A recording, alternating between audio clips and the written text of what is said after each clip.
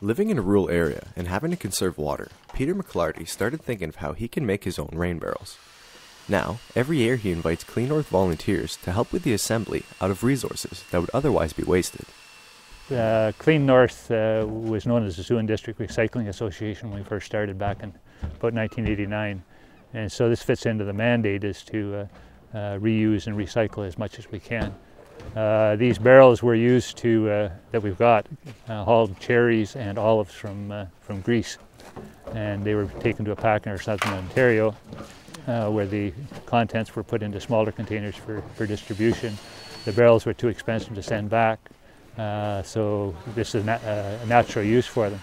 And it's become so popular that there's now a commercial enterprise in southern Ontario that's producing thousands of these every summer. The purpose of it, one, is to conserve water, secondly to warm the water. If you happen to live in the city, you're using chlorinated water.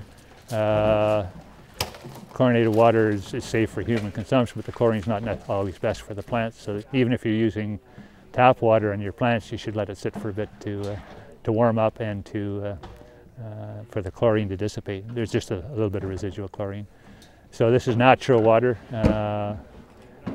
It will have some natural minerals in it from the runoff from your roof and stuff like that. Rain barrels are not a new invention. Farmers always did this. In fact, people that didn't have wells depended on rainwater for survival. And they would use whiskey barrels or any kind of container to capture rainwater off their roof. So this is not a new invention. If you just had a bucket sitting outside, that would serve as a rain barrel. If you had a bigger container and you didn't have a spout on it, you'd have to be dipping into it with another pail to get it out. So to make it convenient, we put a tap on the bottom of it. You could be ingenious and siphon it out of there. So we have to put a tap on the bottom. On the top, the lid itself acts as a collector. It's a natural bowl, so we just drill holes in the lid. To keep mosquitoes from breeding in there, we put a screen on top. It keeps dirt from your roof running down into it. It also keeps the mosquitoes from breeding. The fitting is a two-piece fitting. It's threaded and it has like a nut on the back of it. So after 2 years of wiggling into the barrel, my wife was tightening the top side, and I was inside holding the other side. I made a little wrench device. So this is the improvised wrench that now you can stand outside the barrel, one person holding the wrench and then the other person outside the barrel fastening the fitting into it. So on an average roof will fill one barrel in a day.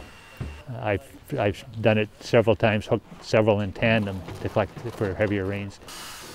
It is a way to slow down the runoff and use the water. That the city has problems with the sewage system and with the overflow during a storm. And we spent several $1 million building a holding tank in Bellevue Park. It was estimated that if every house in the city had 2 rain barrels, it would have captured the same amount of water, and the water could be reused before it got into the system.